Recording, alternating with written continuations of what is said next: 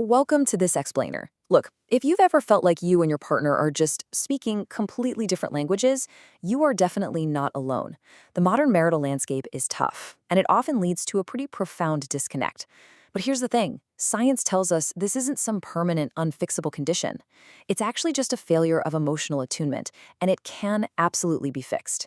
Today, we're going to dive into the concrete, actionable blueprints you need to rebuild emotional intimacy in a marriage.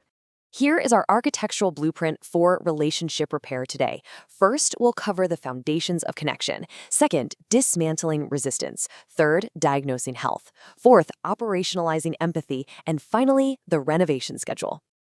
Let's jump right into section 1, foundations of emotional connection. The disconnect in a marriage is rarely just a lack of affection. It's actually a failure to translate each other's emotional blueprints. Think about it. A guy's ability to really grasp what his partner needs is often totally blocked by his own attachment history. If you have a secure attachment style, you probably adapt to a partner's emotional needs pretty easily. But if you have an anxious, preoccupied style, which usually stems from inconsistent caregiving growing up, you might perceive your partner just needing a little space as total abandonment, and that leads to major protest behaviors. On the flip side, the avoidant, dismissive style views emotional closeness as a threat to their autonomy, so they withdraw whenever conflict arises. Recognizing exactly which lens you're looking through is step 1 to clearing your vision. So how do we fix this disconnect and bypass those flawed attachment lenses? Well, we have to master what relationship researcher Dr. John Gottman calls attunement. Now, this isn't just some fluffy therapy buzzword. It is a highly specific, trainable skill set of focused presence and emotional awareness.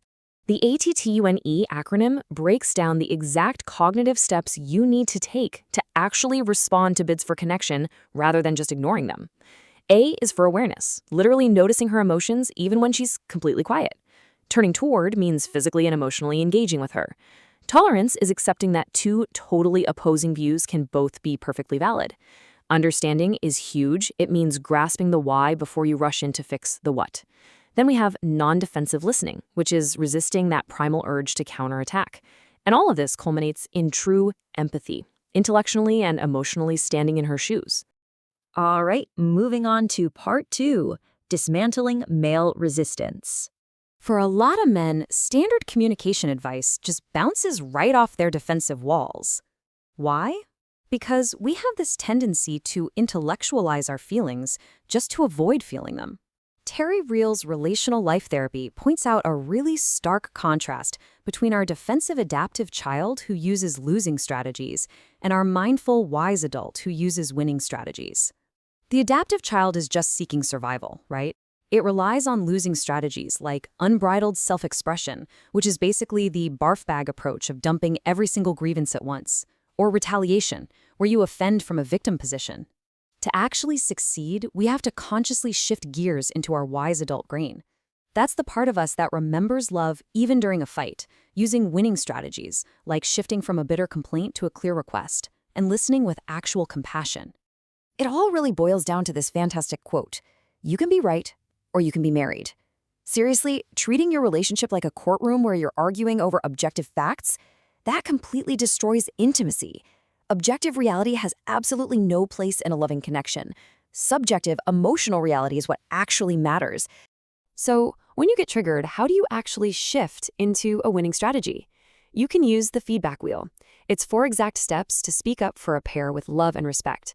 Instead of saying, "You never support me," you say this. First, "Here is what I saw or heard." Second, "Here is the story I made up about it." Third, "Here is how I feel." And fourth, "Here is what I'd like moving forward." It instantly removes the attack and replaces it with vulnerability and a very clear path forward. Section 3, diagnosing marital health. Before we swing the sledgehammer and start the heavy renovation of the relationship, we really need to audit the structural integrity. We need to know exactly where the cracks are in the foundation. Trustworthiness is the #1 trait desired in a partner, and it's measured by the C.R.I.S. formula. Are you credible? Do you mean what you say? Are you reliable? Do you actually do what you say? Is there intimacy? Is she safe sharing personal things with you? And finally, self-orientation. This is a big one. It is absolutely critical to note that high self-orientation automatically results in a massive trust deficit. If your focus is entirely on your own needs, trust is going to plummet. John Gottman famously identified the 4 horsemen. These are the exact behavioral patterns that scientifically predict divorce. But the good news, he paired them directly with immediate tactical antidotes. If you're using criticism, basically attacking her character, the antidote is a gentle startup using I feel statements. If there is contempt, think sarcasm or eye-rolling, you have to build a culture of appreciation. The antidote to defensiveness, taking responsibility for even a tiny fraction of the problem. And if you're stonewalling and totally shutting down, the immediate antidote is physiological self-soothing, literally taking a 20-minute break to lower your heart rate. That brings us to Section 4, operationalizing empathy. Now we're moving from diagnosis straight into action by operationalizing empathy through behavioral scripts. Because empathy isn't just a warm, fuzzy feeling.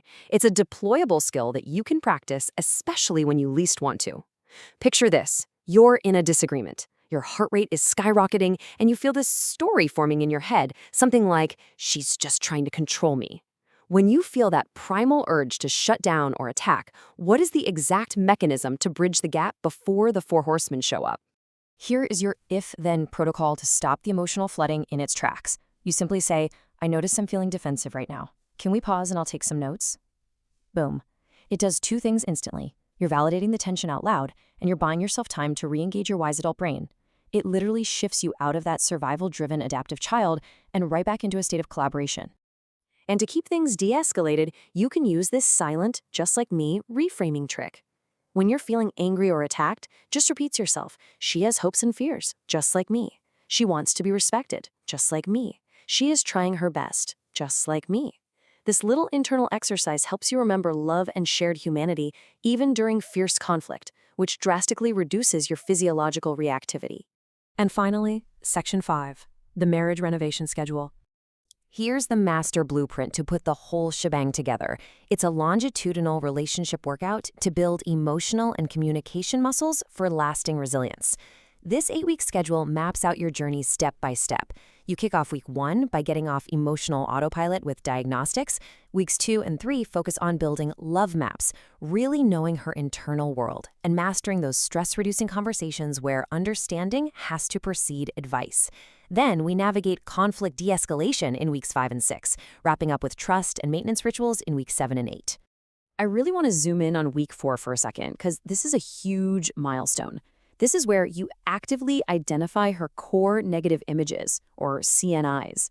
Basically, these are her deeply held negative expectations of you. Your mission this week is to deliberately execute actions, CNI-busting behaviors, that prove those fears completely wrong. If her core negative image is that you don't listen, you spend the entire week actively summarizing her thoughts and taking notes. You shatter that negative illusion through pure action. Then we hit the maintenance phase in week 8, and this is where we use actual biological hacks. You establish a cherishing ritual. Think a daily 60-second hug and maybe 3 to 5 minutes of eye gazing. And hey, this isn't just romantic fluff. It is a neurobiological imperative. The sustained physical contact guarantees a steady release of oxytocin, the bonding hormone, which effectively cements all the structural repairs you've made over the last 2 months.